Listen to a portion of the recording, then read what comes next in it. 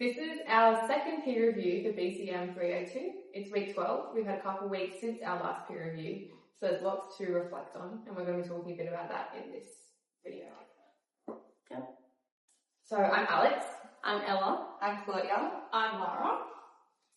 And we just wanted to start off with explaining what a DA is before we delve further into what our projects are. Mm-hmm. So we decided that a DA is something that is publicly available online.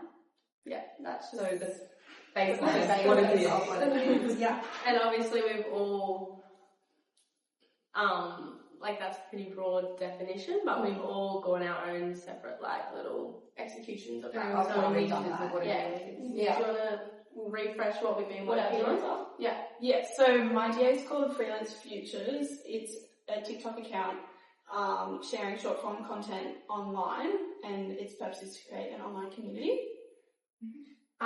So I have recently made a website for Park Goods. It's just a platform for customers to access what the story is behind Park Goods and what we sell, which is handmade tiled tables. So it's more of a personal avenue to a handmade business. Yeah. And my DA is called Cool's Rod Shop, and it's sort of me sharing my experience of hot roddy and vintage cars in Australia, and it's an Instagram account. That's the main touch point. Yeah. And mine is a digital journal called Unwind and Unscroll, and it's basically a journal that individuals can use to sort of move away from doom scrolling dopamine habits. And it's as a website as well. Yeah, and one thing that was unique about our DAs in this semester and this subject specifically is that we have been encouraged to really explore specific framing in order to approach our DAs, which we've done multiple DAs throughout our time at uni. But this DA was unique as we had to develop a digital-centric framing of I think social change over the next 10 years that was that we could relate to what we were working on. And so framing in general is just sort of the lens that you use to approach something. So think, feminism as a frame, I'm looking at it through a feminist lens, I'm looking at things like that, whereas if I was looking at the same issue through a completely different frame, it would sort of... Yeah, what you're taking away from what you're... It contextualized what we're working on. And so we've all spent a lot of time developing the framing for our DAs. Yeah. For my DA specifically, I am obviously exploring the hot rodding in Australia, and I'm using the framing of platformization and how such an analog culture being put online, how that can change it, how it's evolving with digital channels, as well as the framing of preservation. So how putting something online is digitally preserving it for younger generations to be shared. So anyone else want to? So mine, basically, my main framing is based around mental health. So my main goal and aim with my digital journal is to move away from those short-acting dopamine-driven habits. So doom scrolling, using social media. So I use sort of prompts and challenges that an individual can use to sort of move away from that to benefit their mental health. So my main framing is surrounded around mental health and using alternative methods to sort of help that. Yeah. So my framing, I feel, is trying to present an authentic experience of art in the digital age. So that's kind of exploring how authenticity will look in the future. It's hard to create a tangible product and then frame it online, because obviously if it was a tangible product, we talked about this earlier, it would be around craftsmanship. But considering it's online, it's just more about how authentic it would be in the digital age. Yeah, does that make sense? Mm-hmm. Mm-hmm. And then for mine, so as I said before, my DA is about freelance, working at a freelance capacity, specifically in the marketing industry. And mine is looking more through the long-term transition of work through the framing of platform dependency in the creator economy. I think it's something that looking into is interesting of how these creators and whatnot in the freelance world are quite reliant on like platforms to get work, to get out there. So it's interesting to look through it in that lens when making content and also viewing content as well. That's cool. Yeah. So we sort of like briefly went into that last video, and we spoke last video about the challenges we'd experienced leading up. I think it was up until, well, we filmed in week 8, so up until then. And we came up with 3 key takeaways, which we spoke about, and they came sort of from our challenges, and we might just go over that. Yeah. So the challenges we spoke about in the previous video, and I think it's still quite relevant. Apply now. So the previous key takeaways we spoke in our previous peer review and peer discussion was like the research around the framework, like is important to prior before starting our DA. I think as it provides greater direction and purpose. So instead of coming up with just saying, oh, I want to make a TikTok account, like you have more drive and purpose behind what you want to do and what you want to create. So I think that was like... Yeah, and I think adding on to that, last time we were obviously closer to the start of like still developing things, and we said like you sort of want a solid research and like foundation of where you're starting with your framing. But I think even more in the last few weeks, I've realised that it's so helpful still, even with the Discord posts and the frame development channel, to continually keep researching and like keep like you can keep expanding your framing or like changing it to focus on a slightly different level or whatever. And the more research you do, the more it's like actually... I mean, we were talking before that there's always a way to go higher in your framing.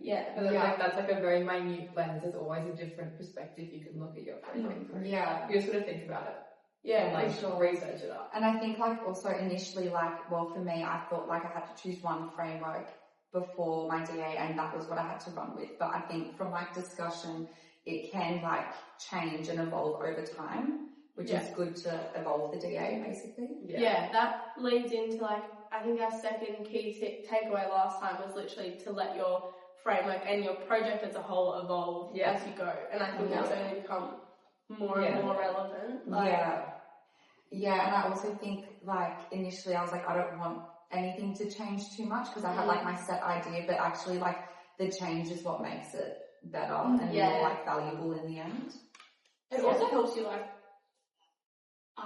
analyze stuff better as well. Not only just like what you're sharing, but what you're also like consuming as well. And I feel like it lets you look into things deeper in the sense of like what's like deeper meaning behind what's being shared. Like I think it's great and it provides greater awareness of what you're actually consuming as well. It makes you compared to other things you're seeing, not only what you're sharing. Not just like surface level, like you're really like looking into it, which I found helped when I was creating stuff for my DA. Like it's a good driver and it's a good like motivator to keep sharing and create for your DA. For sure. And the final one we spoke about in the last peer discussion was peer conversations, and like sharing resources is like helps with growth. So that's also on Discord as well through what's it called? Friend development. And everyone's sharing sources. Sure, like other people's DAs aren't on the exact same topic as yours, but we're all focusing on like digital centric framing and stuff like that. So it's interesting to see. Alex, you spoke before about how authenticity and like how putting something online is making it authentic, and that's something I explored so much. And we spoke about how we're doing such different polar opposite DAs, but part of both of our framing is that idea of authenticity when being shared online, and is it like it is quite hard to make something seem authentic. It really is. Because like you can put out a perspective of what you're doing. That's always going to be perceived differently. And no matter what, it's always edited or curated some way. Whatever you're choosing to share, it's like... It's actually talking on that, just some updates on my DA. I've been thinking about posting a form of home video in creation of the table. Oh, that's cool. It's like a home video. Oh, home video. And it's like they're making the table, so I wanted to make that somehow connect. Yes. I don't like know. there was a person behind the screen. And that would make it more authentic. I hope Yeah, so. make it feel more 'Cause it, like you see the process, humanizing. and then it just being like It's not just the a product. table. Yeah. It's like the journey. Yeah. Yeah. Like you bring them along the journey because then like I feel like that'd get them more Yeah. attached. Yeah. Yeah, So, yeah, for sure. That's very good. I think about doing art shows too. Art shows. Yeah. Mm. I don't know how that would relate to digital media. No, you Maybe can I'll share promote that it online. Yeah, journey social of that. account. Yeah, Sure. Yeah. definitely. Wait, let's go back to Discord posting. One issue I had in my feedback was that considering that I changed my project, I kind of bulk posted. Oh yeah. And Yeah. Travis was not, like that was not a good feedback from that because it didn't show my process Mm-hmm. as well as the week. So I feel like I had to because I changed my project. Yeah. Yeah, But bulk posting was not the go, apparently, so don't do that. I have genuinely been keeping up week by week. Yeah. And I think it actually is like, sometimes it can feel like, oh, like, I don't really know what to post, I don't know what I've done next week, whatever. But actually sitting down and thinking like, how have I developed my DA this week, or like, what other research have I done? And it makes you actually do the research, and it makes you actually do something. It like helps you keep moving forward. Just looking at one source kind of opens your, like I had a source that was like, how does the digital age help nursing? Nothing to what I'm doing. But it showed like how that would look in the future, going back to that in the 10 years. Yeah. thing. Yeah, for sure. I feel like anything you find. Yeah, it kind of, you can relate it to your project. Yeah. But also like having seeing other people's posts as well and seeing where they're up to, it kind of makes it feel a bit more like it's okay where you're up to in your sort of, like reassuring, like, and just seeing what they're up to as well. It was like, it's good that we could all kind of connect on that. So we'll go on now about what we've sort of worked on since weeks 10 till now and what we've sort of developed with our DAs. So with mine, I feel like with my DA, I sort of had finalised a lot of it in week 10, but I did want to sort of use like peer review or like my friends to sort of use the actual digital journal to see if there was any like alterations or things I could improve on. So I got 5 of my friends to actually read through the journal and like use some of the prompts and challenges, and then I got some feedback from them to see like what was working, what wasn't working, and like what I could do better at sort of. And so that helped me sort of finalize the last like iterations of it, just to make sure that it was like user friendly and it was working properly for like a real user. Yeah, not just like you creating it. Yeah, not just from my perspective. It was good to get like a range of like 5 different people using the actual journal and seeing like if it was too heavy, like content heavy, if I needed to make it a bit more like conversational, like even just like the style and the theme of it, if that was like engaging enough. So yeah, that's what I sort of worked on in the last couple of weeks, just to get the final pieces together. Yeah. So for me, like the last 3 weeks from week 10 to 13, I've been like playing with like content forms. So I know personally when I think of TikTok, you just think like it's just short form content, but like on there you can actually do like carousels, like similar to like Instagram and stuff. So I've been playing around to seeing like what's getting more engagement and what's not. Like, so is it short form or is it like static?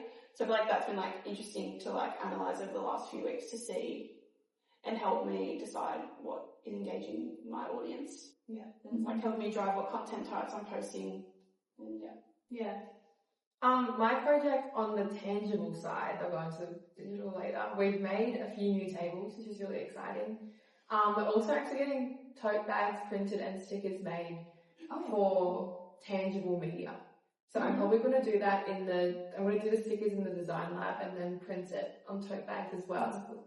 I'm really excited, but for the digital side, I've just kind of been posting that online. And I have a website now. I had an Instagram, wasn't exactly what I needed or wanted because there was no site to buy. Talking to people on Instagram DMs wasn't really what I was looking for. I don't want to do that. But creating a website kind of functions as more of a sense-making platform that helps buyers to understand the brand and the creative process. If that makes sense. Yeah. So you can kind of explore the website in their own time. We have a about page and everything, so And I think that's where your little home video of making it is so cool. You've done it on there. So I guess Just provide like a little bit more context. Like, yeah. sure, like you're selling tables, but it's bringing It's more more of like a than that, story, yeah. showing who's actually creating it and stuff. So that's what I've been developing, just the website and spending a lot of time in the garage.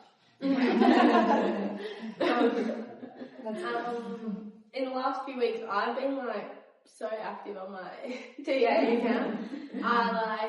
I've just been posting a lot, and I've been getting like a lot of feedback from like friends and like not people who aren't even my friends, people who started following me who are sort of in the car community. Yeah. And I've just been doing a lot on there. I was considering for a while starting a YouTube channel, and I think because we were talking about this in the last video, and I haven't, because I just found, I don't know, got a spark to like new ideas of like short form things that were still like sort of playing into like other car content I'd seen, like just different styles. So like more, instead of just, I don't know, an event recap or whatever, being more specific about showing off certain cars and like people. Didn't you share like a POV? Yeah, I really like that. Yeah. Were you in the car? Yeah. I like that. I think it actually brought us like along. Yeah, showing the car, you know, like, come along with us to this, and you're like, oh wow, like I don't like that. Some people would never experience that. No. Exactly, you wouldn't know what it's like. So where is Ella right now, and what is she doing? Great context, like for like what Alex is thinking doing with tables, like like those forms like really bring in like the audience. It gives them an experience that they would never get. Well, I just thought randomly, I was like, oh, let me film. For context, I filmed a video where I don't even know how to explain this, but like all like hot rods, like the cars like cruising around, and it was like. But you were like physically in the cars. Yes, I was in one of the cars and I was just filming all the other cars. And it was like, people loved the video, everyone was sharing it. Like, that's so good. Yeah, that's good. That's kind of what I've been up to. Do we want to sort of summarise any challenges we faced in the last few weeks, and also if there's any key takeaways from them? Like I think we said our key takeaways from the last video, we still stand by. But like, has anything else come up that's sort of given you insight? What do you think? I am experiencing a challenge in website visibility without promoting it on my own social media. Oh yeah, like so they have it on my website. So what I'm thinking is going back to the Instagram. The business Instagram. Because my own social media is great to an extent, but I don't know that many people. But also like a website that's like really good, like what you've done, like that's amazing, but like you actually need to like promote it to like sort of bring people to the website. So you could have the website in your bio, and then you could be even posting your home videos and stuff on your Instagram, because that would help bring the customers in, and then that's like a lead, like because you kind of like your content on Instagram would direct them to the website. I do think I need to reflect on that decision. But even like establishing a website first is like really good, because they're going to be, now you can do the other part where it's a bit more like fun and you're like doing your home videos on Instagram. But that will like lead people to the website. And if your website's not established first and it's leading them to like nothing. So you've actually done it like the right way. I hope so. You could promote it on social media for sure. I reckon. A challenge, I would say for me, like I felt like with my DA it was already quite established. So I found it a bit challenging to like sort of like delve deeper with my framing and also like with the actual DA. But that's why doing the like peer review, like with my friends, like their feedback and stuff, that sort of reinforced like how I could like change a little bit. But I think I was like a bit stumped for a bit, because I felt like I had like finalized it and I was like really happy with it. But then I thought maybe having like seeing if it was like user friendly was like a good idea to keep it. I feel like that's like, I think it's kind of what you're saying, the challenge of like feeling the constant need to like iterate or like change, and then it's sometimes like, oh, I'm actually not really sure where I want to go, or like that was like me with the YouTube, but I was like just trying to think of things and you changing it up. To do like massive changes to see progress, but like you don't really need to do that. Like just day-to-day progress on your DA, like you don't need to have a massive change or and iterations can be in the small things. Exactly. So I think that's important to remember. Like you don't need huge, massive changes to have progress. For sure. I would say even out of the four of us sitting here, three of us like have had a pretty, like, small iterations and, like, Yeah. whatever, whereas you've been, like, Completely you've shown that, yeah. like, you can completely change and, like, It's not working reasoning fine, behind yeah. that, For sure. So, building on from our last video, we would probably say our other main key takeaway is just you don't need the big changes. I would say one of my changes in the recent weeks was more with my framing than my actual DA. And like Travis's feedback from my last assessment was that I could, I was talking about preservation of culture, and he said take a step back and think how you can relate this to other industries, whatever. And I remember in our first or second week of class, he was talking about going higher with our framing and like just how much more can you expand this? And there's always a different way you can look at it. Sometimes you're just really stuck in one certain thing. Yeah. So I think that's another like major key takeaway. It's just like there's always a different way you can look at it. You can always go higher or just take a step back and relate it to other things. It doesn't need to be so directly related to what you're doing. And I think like that helps with like the Discord frame development. Like as we were saying before, like everyone's sharing sources and stuff, sure it's related to their topic and what they're covering. But like as we were saying, like you can relate it to almost anything because we're all doing something digital and it's all online. So we're doing that in a similar sense. So I think, like sure you're not seeing a lot of progress physically on your DA, like maybe you're not posting as much as you want or whatever, but like having that framing in the back end, like developing and going higher and like I think that's really important to remember. Yeah, for sure. Yeah, cool. That's done. All right. Thank you for watching.